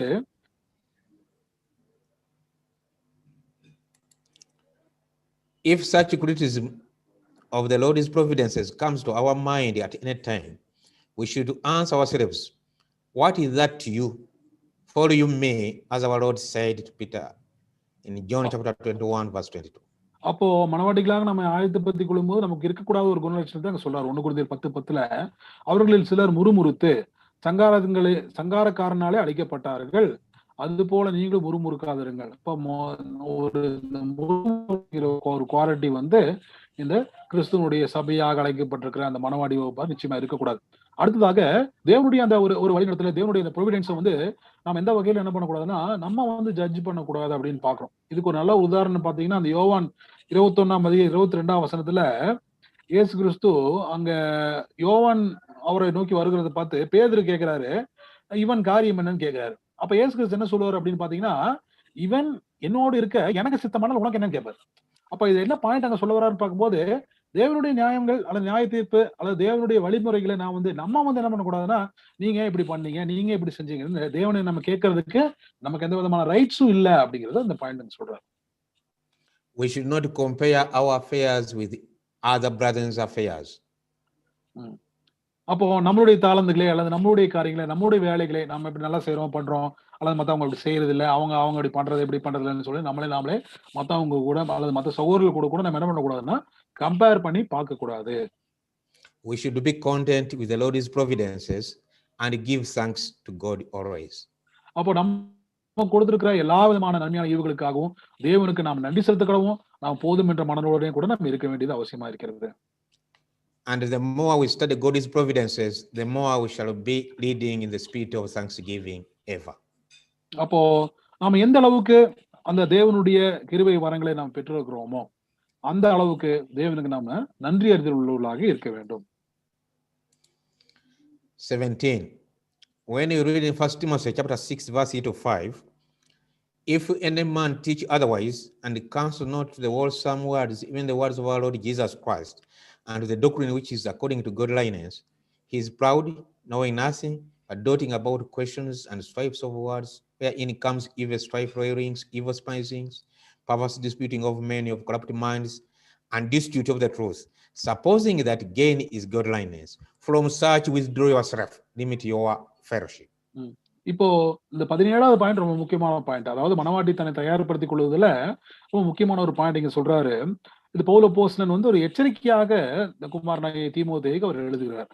1 தீமோத்தேயு 6:3-5 அவர் சொல்லும் பொழுது, ஒருவன் நம்முடைய கர்த்தராகிய இயேசு கிறிஸ்துவின் ஆரோக்கியமான வசனங்களையும் தேவ பக்திக்கு ஏற்ற உபதேசங்களையும் ஒப்புக்கொள்ளாமல் வேற்றுமையான உபதேசங்களை போதிக்கிறவனானால் அவன் இருமாப்புள்ளவனும் ஒன்றும் அறியாதவனும் தர்க்கங்களையும் வாக்குவாதங்களையும் பற்றி நோய் கொண்டவனுமாய் இருக்கிறான். அவைகளாலே பொறாமையும் சண்டையும் தூஷணங்களும் பொல்லாத சம்சயங்களும் உண்டாகி கெட்ட சிந்தை உள்ளவர்களும் சத்தியம் இல்லாதவர்களும் தேவபக்தியை ஆதாய தொழில் என்று எண்ணுகிறவர்களுமாயிருக்கிற மனுஷர்களால் உண்டாகும் மாறுபாடான தர்க்கங்களும் பிறக்கும். இப்படிப்பட்டவர்களை விட்டு விலகு. ரொம்ப முக்கியமான வார்த்தை அந்த from such withdraw thyself அப்படிங்கிற வார்த்தை. அப்ப இந்த மாதிரி ஒரு கேரக்டர் இருக்கிறவங்க, இந்த மாதிரி ஒரு குணலட்சங்களை விட்டு நம்ம விலக வேண்டும் அப்படிங்கிறது பவுல் அப்போஸ்தலன் எச்சரிக்கையாக சொல்லுகிறார். Again, the same class mentioned in 2 Timothy chapter 3, verse 1 to 7, talking about the Polybius Timus and the brothers who ever learning, in this habit of ever learning and never able to come to the knowledge of the truth. All these who are ever coming with new doctrines, changing the seventh trumpet, coming with new chronology, changing the voice of the seventh trumpet, all these who are ever learning and never able to come to the knowledge of the truth, from such identify and withdraw yourself. அப்ப இதுல கூட இன்னொரு எச்சரிக்கை கூட சொல்றாரு. 17வது point 18வது point யாருக்குற ஒரே மாதிரி points தான். ஆனா இதுல சகோதரர் சொல்ற பாயிண்ட் என்னன்னு பாத்தீங்கன்னா, அந்த 2 தீமோத்தேயு 3ஆம் அதிகாரம் 1-7 வசனங்கள் நாம் வாசிக்கும் பொழுது அதுல பாத்தீங்கன்னா, மேலும் கடைசி நாட்களில் கொடிய காலங்கள் வரும் என்று அறிவாயாக, எப்படியெனில் மனுஷர்கள் தற்பிரியராயும் பணப்பிரியராயும் வீம்புக்காரராயும் அகந்தையுள்ளவர்களாயும் தூசிக்கிறவர்களாயும் தாய் தகப்பன்மார்களுக்கு கீழ்ப்படியாதவர்களாயும் நன்றி அறியாதவர்களாயும் பரிசுத்தமில்லாதவர்களாயும் சுபாவ அன்பில்லாதவர்களாயும் இணங்காதவர்களாயும் அவதூறு செய்கிறவர்களாயும் எச்சரிக்கமில்லாதவர்களாயும் கொடுமை உள்ளவர்களாயும் நல்லோர் பேய்க்கிறவர்களாயும் துரோகிகளாயும் துணிகிறவர்களாயும் இருமாப்புள்ளவர்களாயும் தேவ பிரியராயிராமல் சுகோபோக பிரியராயும் தேவ பக்தியின் வேஷத்தை தரித்து அதன் பலனை மதுக்களாயும் இருப்பார்கள். இப்படிப்பட்டவர்களை நீ விட்டு விலகு. பாவங்களால் நிறைந்து பற்பல இச்சைகளால் இழுப்புண்டு எப்பொழுது கற்றோலும் ஒருபோதும் சத்தியத்தை அறிந்து உணராதவராக இருக்கிறார். அப்ப இந்த வார்த்தை யூஸ் பண்றாரு, ever learning and never able to come to the knowledge of the truth. அப்படின்னா இன்னைக்கு கூட நிறைய பேர் என்ன பண்றாங்க பாத்தீங்கன்னா, புதுசா டாக்டரினை வந்து மாத்தி சொல்றாங்க. 7ஆம் தூதனுடைய அந்த சத்தத்தை விட்டு விலகி தங்களுடைய ஓன் தாட்ஸ், தங்களுடைய ஓன் டாக்டரின்ஸ் வந்து அவங்க சொல்லிட்டு இருக்கிறாங்க. குரோனாலஜியை மாத்துறாங்க, அவங்களுடைய சுயமான சத்தியங்களை சொல்றாங்க. அவங்கள விட்டு நாம அவங்களை ஐடென்டிஃபை பண்ணணும் ஃபர்ஸ்ட், அப்புறம் அவங்கள விட்டு வெளியில வந்துடணும். அதான் ஃபர்ஸ்ட் பாயிண்ட் என்ன, வித்ட்ரா தெய்வெல்ஃப், அவங்கள விட்டு வெளியே வரணும். அப்புறம் அடுத்த பாயிண்ட்ல அதை சொல்றாரு, அவங்களை விட்டு வெளியே வரணுங்கிறதையும் சகோதரர் சொல்றாரு. அப்ப முதல்ல நம்ம யார் இப்படி பண்றாங்கன்னு தெரிஞ்சுக்கணும், அடுத்தது அவங்களை விட்டு நம்ம வெளியில வரணுங்கிறது அவசியமாக இருக்கிறது. The message provided by the Lord through the seventh messenger, Brother Russell, is very detailed and very important, still valuable. And since 1914 up to date, the seventh message is still very valuable and being supported by scriptures. All the developments being catered for in the scriptures. நம்ம ஆண்டவரும் இரட்சகருமாகிய இயேசு கிறிஸ்து 7ஆம் தூதனாகிய சகோதரர் Russell மூலமாக எல்லா விதமான சத்தியத்தினுடைய ஆழங்களையும் தேவன் வெளிப்படுத்தியிருக்கிறாரு. இயேசு கிறிஸ்து மூலமாக, அது அடுத்தது நம்ம மூத்த சகோதரர் மூலமாக எல்லா விதமான ஆழமான சத்தியங்களை வெளிப்படுத்தியிருக்கிறாரு. 1914க்கு அப்புறம் இப்ப வரைக்குமே பாத்தீங்கன்னா அவருக்கு சொல்லப்பட்டிருக்கிற, அவர் சொல்லிய எல்லா விஷயங்களும் காரியங்களும் இன்னைக்கு வரைக்கும் நமக்கு அதிக வெளிச்சத்தை, அதிக பிரகாசத்தை நமக்கு சத்தியத்தின் பார்வையில இருந்து கொடுத்து கொண்டிருக்கிறது என்பதை நாம் உணர்ந்து கொள்கிறோம். The seventh trumpet does not change. அவர் சொன்ன வார்த்தைகள் எதுவுமே மாறல. The scriptures are provided the telling time and what is going on up to the present day, and we are satisfied. அப்போ அன்னைக்கு சொன்ன விஷயங்கள், தீர்க்கதரிசனங்கள், அதனுடைய விளக்கங்கள் எல்லாமே பாத்தீங்கன்னா இப்ப தற்போது இருக்கிற காலம் வரைக்கும் நிறைவேறி கொண்டு வரத நம்மளுடைய காலத்துல கூட நம்ம பார்த்து கொண்டிருக்கிறோம்.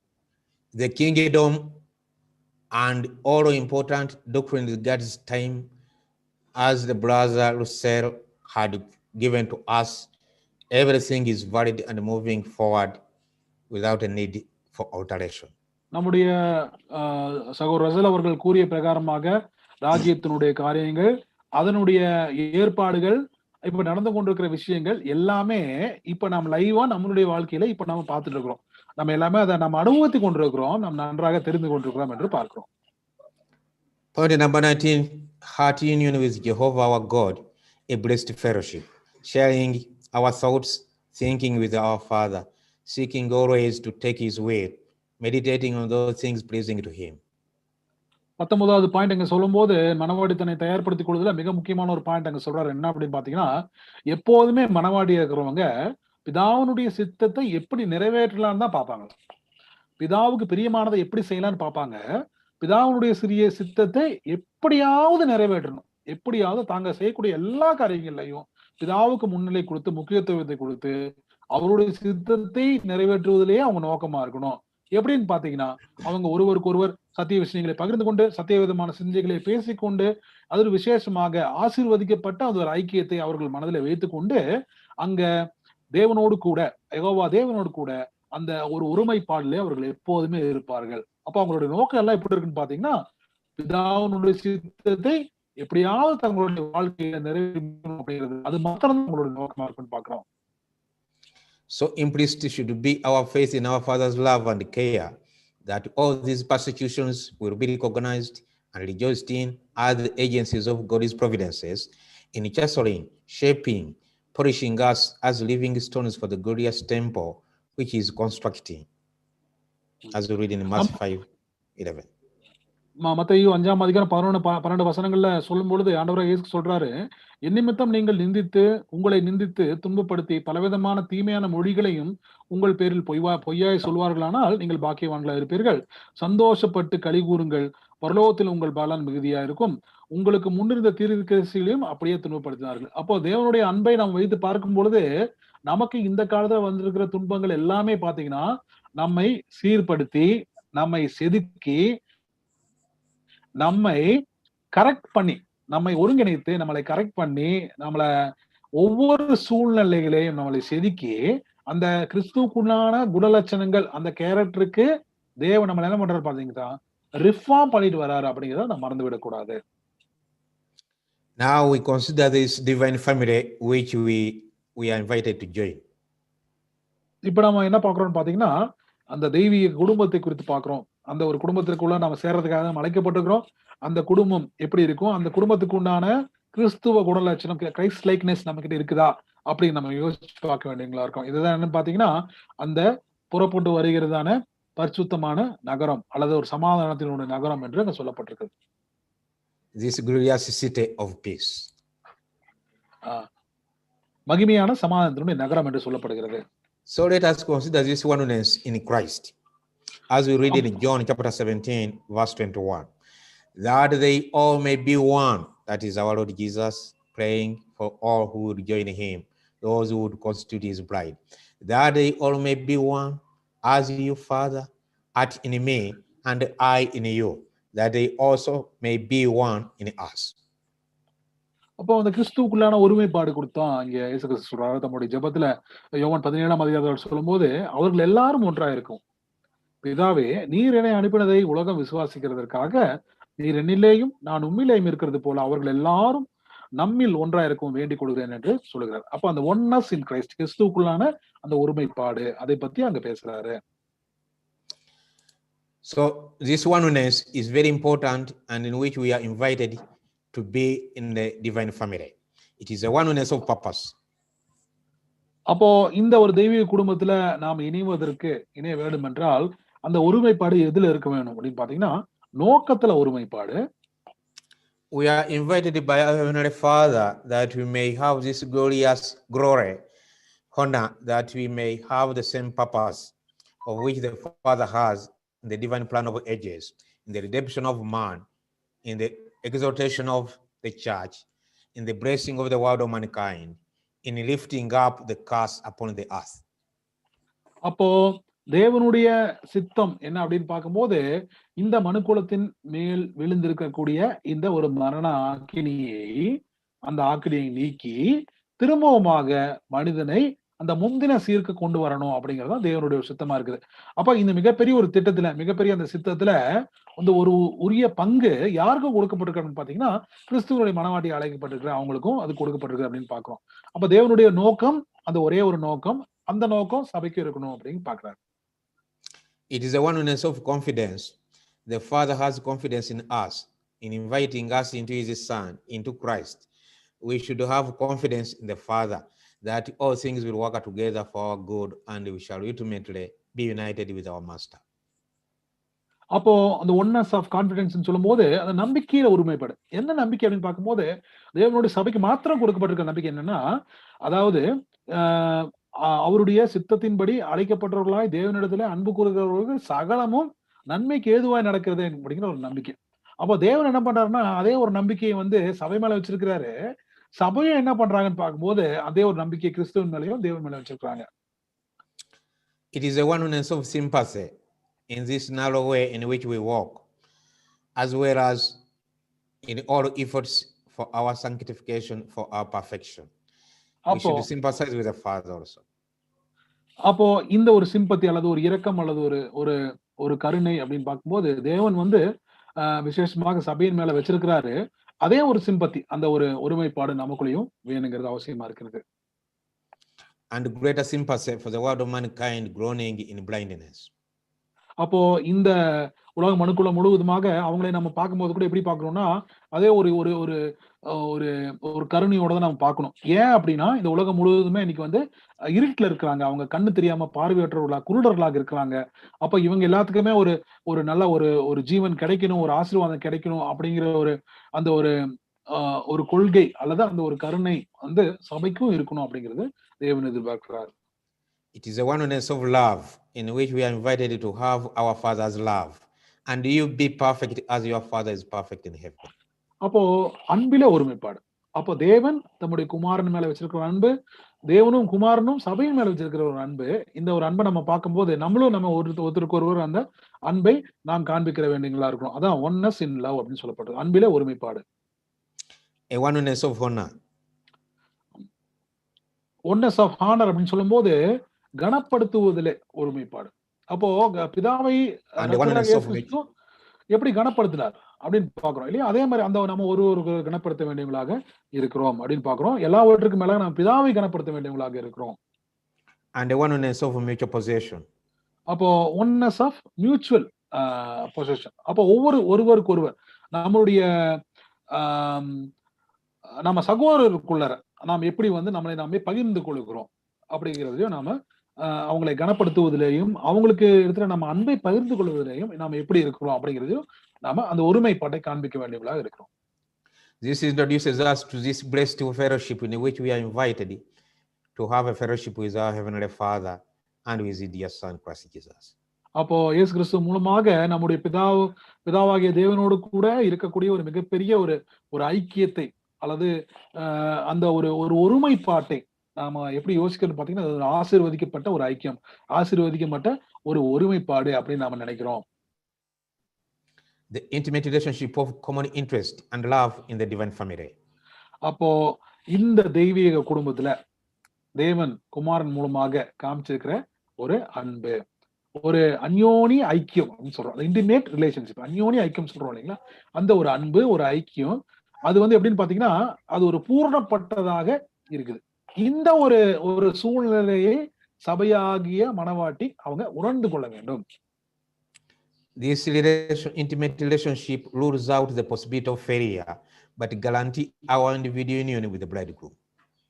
அப்போ சில நேரங்கள்ல வந்து சில குறைபாடுகள் இருக்கலாம் அல்லது சில சர்க்கிள்கள் இருக்கலாம். அதை நம்ம என்ன பண்ணணும், தேவனிடத்துல ஒப்பு கொடுத்துட்டு அதை நம்ம விட்டு விலகி வந்துடணும். ஆனா நமக்கு என்ன கேரண்டி இருக்குது அப்படின்னு பார்க்கும்போது நம்மளுடைய ஒருமைப்பாடு, ஐக்கியம் இந்த மணவாளனோடு இருக்குது அப்படிங்கிற ஒரு கேரண்டி நமக்கு எப்போதுமே இருக்குது. அதனால உலகத்துல இருக்கக்கூடிய சில விஷயங்கள் அல்லது நம்மளுடைய ஃபெயிலியர்ஸ் எல்லாத்தையும் நம்ம என்ன பண்ணிடணும், அதை நம்ம கருத வேண்டியது இல்லை.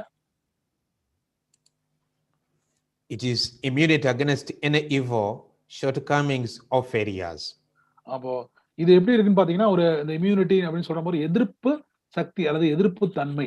எதற்கு எதிரான எதிர்ப்பு தன்மைன்னு பார்க்கும்போது இந்த உலகத்தினுடைய எல்லா விதமான ஈவில், தீமைகள் இல்லையா, தீமைகள், தீங்குகள், இதுக்கு எல்லாத்துக்கும் ஆனா எதிர்ப்பு தன்மையாக இருக்குதுன்னு பாக்குறோம். Let us look at Caleb, the servant of God. We read in Joshua chapter 14 verse 9 to 11. நாம வந்து தேவனுடைய ஒரு மனிதனாகிய காலேபை பத்தி நாம பார்க்கலாம். வசனம் பாத்தீங்கன்னா யோசுவா 14ஆம் அதிகாரம் 9ல இருந்து 11 வசனங்கள்ல, அதாவது மகிமையான ஒரு ஐக்கியத்தை குறித்து ஒரு உதாரணமாக காலேபை பத்தி சொல்றாரு. அது பார்த்தோம்னா யோசுவா 14ஆம் அதிகாரம் 9-11 வசனங்கள்ல, அந்நாளிலே மோசே, நீ என் தேவனாகிய கர்த்தரை உத்தமனாய் பின்பற்றினபடியினால் உன் கால் மிதித்த தேசம் உனக்கும் உன் பிள்ளைகளுக்கும் என்றென்றைக்கும் சுதந்திரமாக இருக்க கடவுது என்று சொல்லி ஆணையிட்டார். இப்போதும் இதோ கர்த்தர் சொன்னபடியே என்னை உயிரோடே காத்தார். இஸ்ரவேலர் வனாந்தரத்தில் சஞ்சரிக்கையில் கர்த்தர் அந்த வார்த்தையை மோசையோட சொல்லி, இப்போது 45 வருஷம் ஆயிற்று. இதோ இன்று நான் 85 வயதுள்ளவன். மோசே என்னை அனுப்புகிற நாளில் எனக்கு இருந்த அந்த பலன் இந்நாள் வரைக்கும் எனக்கு இருக்கிறது. யுத்தத்திற்கு போக்கும் வருத்தமா இருக்கிறதற்கு அப்போது எனக்கு இருந்த பலன் இப்போதும் எனக்கு இருக்கிறது. So this servant of God, Caleb,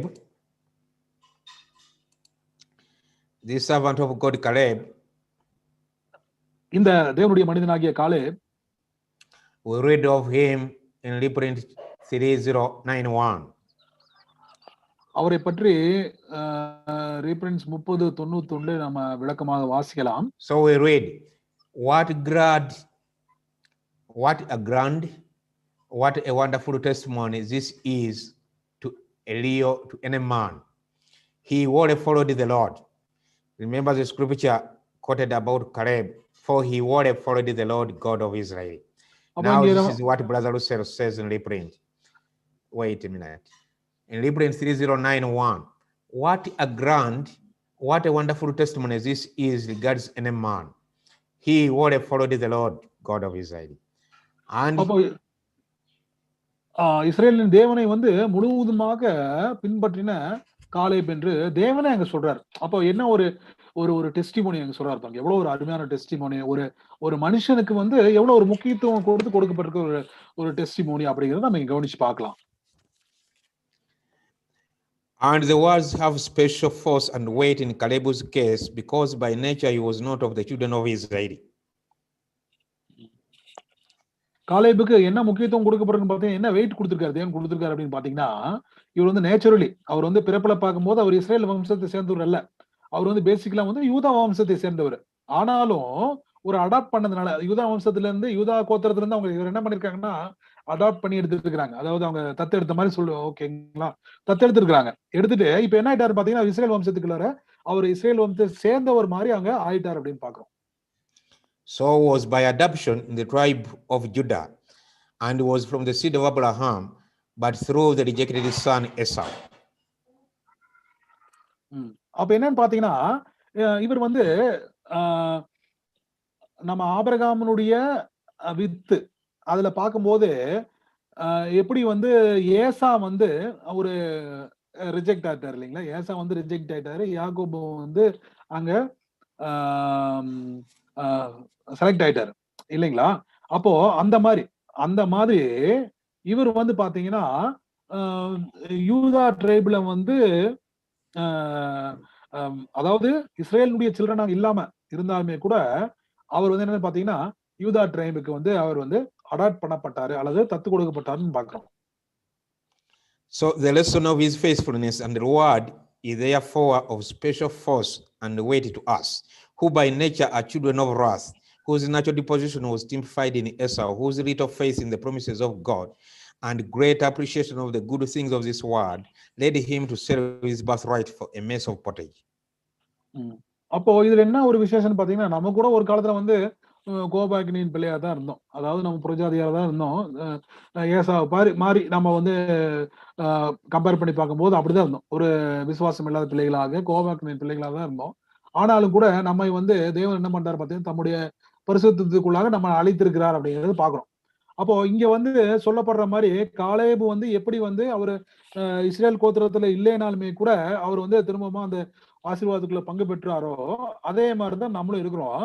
இங்க ஏசாவை பத்தி அங்க சொல்லும் போது இந்த மாதிரி ஒரு மோசமான நிலைமையிலிருந்து அழைக்கப்பட்டவர்களாகிய நம்ம என்ன பண்ணிருக்கூடாதுன்னா, ஏசா அந்த ஆசீர்வாதத்தை இழந்து போன மாதிரி நம்ம இழந்து போயிடக்கூடாது அப்படிங்கிற ஒரு மென்ஷன் பண்ணி சொல்றாரு. So I look at Caleb. காலேபை பற்றி நாம் பார்க்கும் பொழுது in Joshua chapter 14 verse 14 says, Hebron therefore became the inheritance of Caleb the son of Jephunneh the Kenizzite. On this day because that he would have followed the Lord God of Israel. அப்போ யோசுவா 14ஆம் அதிகாரம் 14ஆம் வசனத்துல காலேபினுடைய life முழுவதுமா சுருக்கமா ஒரே வசனத்துல சொல்லிட்டாங்க. எப்படின்னு பாத்தீங்கன்னா, ஆதலால் கேனாசியனான எப்புனேயின் குமாரனாகிய காலேப் இஸ்ரேலின் தேவனாகிய கர்த்தரை உத்தமனாய் பின்பற்றினபடியால் இந்நாள் மட்டும் இருக்கிறபடி எபிரோன் அவனுக்கு சுதந்திரமாயிற்று. The Lord guaranteed and sealed the inheritance of Caleb his servant on the very day in which all were tested in the wilderness. அப்போ இந்த வனாந்திரத்துல எல்லாருமே அந்த சோதனைக்கு உட்படும் பொழுது கூட என்னாச்சு பாத்தீங்கன்னா, காலேப் என்ன பண்றாரு பாத்தீங்கன்னா, தேவனை முழுவதுமாக உத்தமனாக பின்பற்றின நிமித்தமாக என்ன ஆயிடுச்சுன்னு பாத்தீங்கன்னா, தேவன் அவருக்கு எபிரோனை சுதந்திரமாக the Lord guaranteed and sealed அப்படின்னு சொல்லும் போது தேவன் உறுதிப்படுத்தி அங்க முத்திரையிட்டு அந்த எபிரோனை வந்து காலேபு கொடுத்தார் அப்படின்னு பாக்குறோம். He, Caleb, obtained immunity against all authorities, corruption of his flesh and spirit, obtaining the promise to Israel. அப்போ இஸ்ரேலாக பிறக்கவில்லை என்றாலும் இஸ்ரேலுக்குரிய ஒரு ஆசீர்வாதத்தை காலேப் பெற்றுக்கொண்டார். எப்படின்னு பாத்தீங்கன்னா, அவர் வந்து பார்க்கும்போது எல்லா விதமான மோசமான காரியங்களுக்கும் இழிவான காரியங்களுக்கும் மாம்சத்துக்குரிய சிந்தைகளுக்கும் இஸ்ரேல் ஜனங்கள் விழுந்து போனது போக அவர் விழுந்து போகாமல் அவர் தேவனை உண்மையாக உத்தமனாக பின்பற்றிய நிமித்தமாக இஸ்ரேலர்களுக்கு உண்டான ஆசீர்வாதத்துக்குள்ள காலேப் பங்கு பெற்றார் என்று பார்க்கிறோம். For 45 years, Caleb, his flesh and his mind was not weakened at all, that he may realize the promises which God had, which he had believed and had obeyed the father to have. அப்போ ஆபிரகாமினுடைய சந்ததிக்கு வர வேண்டிய ஆசீர்வாதங்கள் எல்லாமே காலேபுக்கு ஒரு ஆசீர்வாதமா கிடைச்சிருச்சு. எப்படின்னு பாத்தீங்கன்னா, அவர் வந்து தேவனை முழுமையாக உத்தமனாக பின்பற்றின நிமித்தமாக தன்னுடைய சொல்லாகட்டும் செயலாகட்டும் அவர் வந்து தேவனுக்கு முன்பாக தன்னை பரிசுத்தமான ஒரு ஜீவியத்தை அவர் ஜீவித்து காண்பித்தார் அப்படிங்கிறத பாக்குறோம். அப்போ காலேப் வந்து தேவனுக்கு பிரியமாக நடந்து கொண்டது நிமித்தமாக அவர் என்னன்னு பாத்தீங்கன்னா, அவர் தேவனோடு கூட அந்த இருதயமான அல்லது இருதயத்துக்கு ஏற்ற ஒரு ஒருமைப்பாடை அவர் காமிச்சாரு. ஆகவே அந்த ஒரு ஆசீர்வாதத்தை அவர் பெற்றுக்கொண்டார், ஒரு மகிமையின் ஐக்கியத்தை அவர் பெற்றுக்கொண்டார்னு பாக்குறோம். Why Caleb? Because Caleb pleased our father, had a heart union with his God, a glorious fellowship. அப்ப ஏன் காலேபுக்கு அந்த சுதந்திரம் கொடுக்கப்படுச்சுன்னா, ஒரே ஒரு காரியம், அவர் தேவனுக்கு முன்பாக தன்னை உத்தமனாக காண்பித்துக் கொண்டார், தேவனோடு கூட முழு இருதயத்தோடு கூட தேவனிடத்துல அவர் அன்பு கூர்ந்தார்னு பாக்குறோம். The testimony which now speaks says he would have followed the Lord God of Israel. அப்போ அவரை பற்றி என்ன சாட்சி சொல்லப்பட்டிருக்குன்னு பாத்தீங்கன்னா, அந்த சாட்சியும் அதேதான். அவன் வந்து தேவனை முழு இருதயத்தோடு முழுமையாக அவர் பற்றி கொண்டார் என்று சொல்லப்படுகிறது. Such a glorious fellowship we are invited in. அப்போ அதே மாதிரி ஒரு அன்பான ஒரு ஐக்கியத்திற்காக தான் நம்ம அழைக்கப்பட்டிருக்கிறோம். So when we look at Caleb,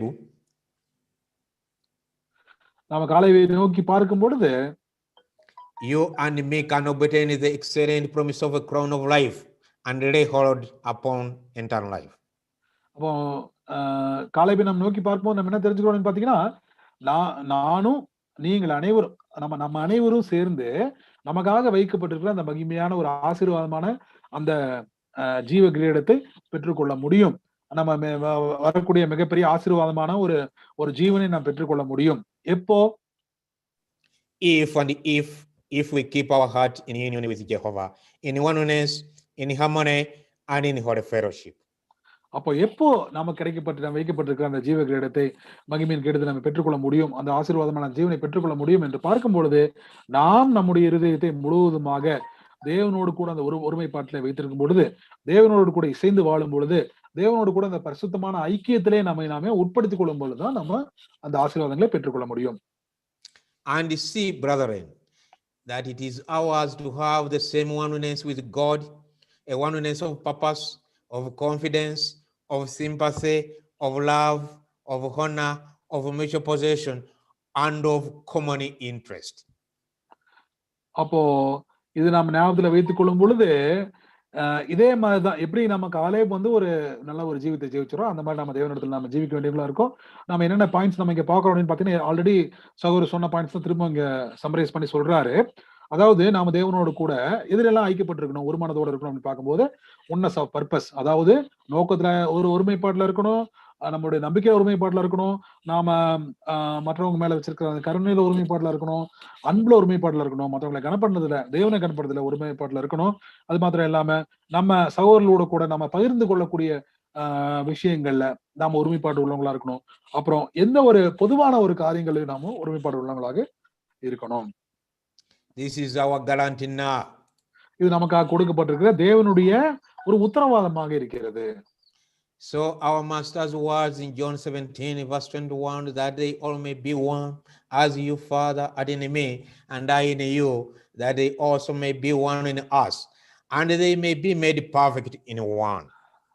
அப்போ இயேசு கிறிஸ்து தம்முடைய ஜெபத்துல எனக்கு சொல்ற மாதிரி யோவான் 17:21 அவர்கள் எல்லாரும் ஒன்றா இருக்கவும், பிதாவே நீர் என்னை அனுப்பினதை உலகம் விசுவாசிக்கிறதற்காக நீர் என்னிலேயும் நான் உம்மிலேயும் இருக்கிறது போல அவர்கள் எல்லாரும் நம்மில் ஒன்றா இருக்கவும் வேண்டிக் கொள்ளுகிறேன்.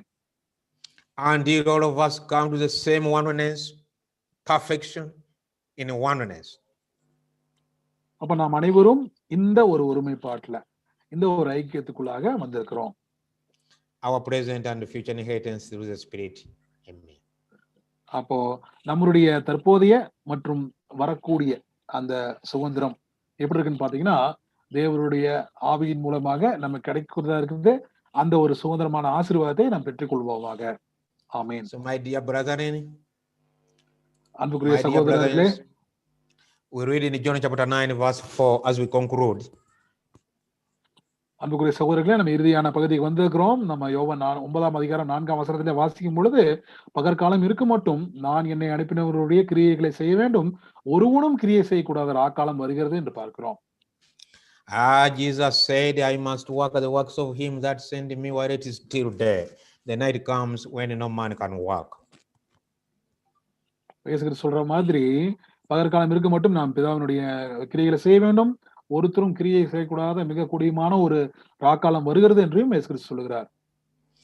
The final members in flesh will be in harmony with the Lord Jehovah, will know when the time of their change has come. So was our Lord and the head. அப்போ இந்த கிறிஸ்துவனுடைய சரீரத்தில் இருக்கக்கூடிய கடைசி அங்கங்கள், பாத அங்கங்கள் அவங்களுக்கு நல்லாவே தெரியும். என்ன தெரியும் அப்படின்னு பார்க்கும்போது, இப்பொழுது நடந்து கொண்டிருக்கக்கூடிய இந்த சூழ்நிலைகள், அந்த ராக்காலமான ஒரு சூழ்நிலை, அந்த சூழ்நிலை எப்ப வரும் அப்படிங்கிறது இந்த கடைசி காலத்துடைய அங்கங்களுக்கு தெரியும். அதான் நம்ம யாருக்கு ஆல்ரெடி சகோதரர் அந்த பாயிண்ட்ல அவர் சொல்லும் போது, ஒரு பிளேஸ் மாற்றம் கிடையாது. ஒரு பிளேஸ்ல இருந்து இன்னொரு பிளேஸ்க்கு நம்ம போறது கிடையாது. ஒரு ஸ்டேட்ல இருந்து இன்னொரு ஸ்டேட்டுக்கு போறோம். அதாவது ஒரு நிலையில இருந்து இன்னொரு நிலைக்கு நம்ம போறோம். அப்போ இந்த நிலை மாற்றம் அல்லது அந்த டிரான்சிஷன் பீரியடு எப்போ அப்படிங்கிறது தேவன் தம்முடைய சபையினுடைய அங்கங்களுக்கு, இந்த கடைசி கால அங்கங்களுக்கு நிச்சயமாக தெரிவித்திருக்கிறார். ஆகவே அவங்களுக்கு தெரியும் எப்போ இந்த ஒரு ஷிஃப்ட் நடக்க போகுது அப்படின்னு சொல்லிட்டு. அது எப்படின்னு பார்க்கும்போது, ஏன்னா தலையாகிய கிறிஸ்துவுக்கு கரெக்டா தெரியும், அந்த டைம் தெரியுது.